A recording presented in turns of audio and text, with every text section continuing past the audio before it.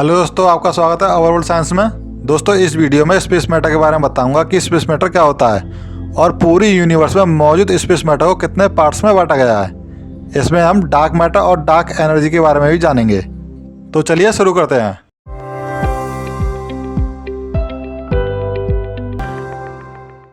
दोस्तों, space matter का मतलब अलग अलग कॉन्टेक्स्ट में अलग अलग हो सकता है, लेकिन जनरली स्पेस मैटर को फिजिकल फॉर्म में जिक्र किया जाता है जो अंतरिक्ष में पाया जाता है, जिसमें space dust, gases, cosmic rays, dark matter जैसी चीजें आती हैं। स्पेस मैटर को मेनली 3 भागों में बांटा गया है: इंटरस्टेलर मैटर, इंटरगैलेक्टिक मैटर और इंटरक्लस्टर मैटर। इंटरस्टेलर मैटर वो मैटर होते हैं जो गैलेक्सी के बीच में होते हैं, जिसमें गैसेस और डस्ट शामिल होते हैं, जो प्लैनेट्स, स्टार के फॉर्मेशन से लेकर ब्लैक होल के फॉर्मेशन तक का क्रूशियल रोल प्ले करते हैं।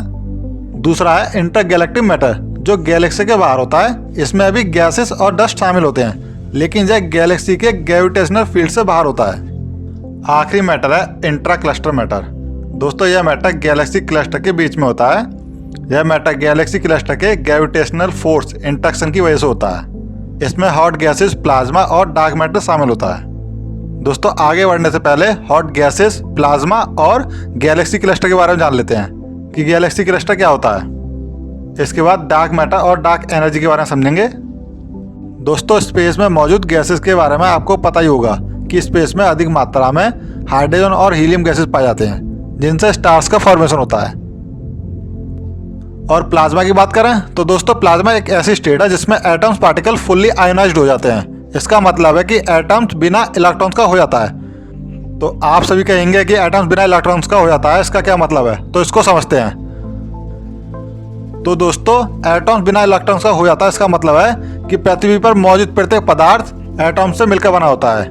इस एटम्स के चारों ओर इलेक्ट्रॉन चक्कर लगाते रहते हैं। इसी तरह क्लस्टर में मौजूद गैसेस के एटम्स में हाई ग्रेविटेशनल मैग्नेटिक फील्ड के कारण एटम्स के अंदर मौजूद इलेक्ट्रॉन्स बाहर निकल जाते हैं और न्यूक्लियस रह जाता है।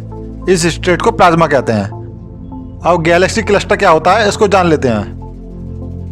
दोस्तों, गैलेक्सी क्लस्टर एक बहुत बड़ा कॉस्मिक स्ट्रक्चर होता है, जिसे आप अपनी स्क्रीन पर देख रहे होंगे।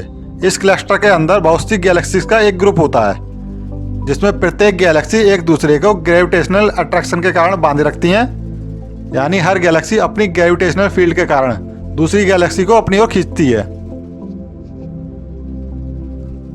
दोस्तों, अब डार्क मैटर और डार्क एनर्जी को समझते हैं।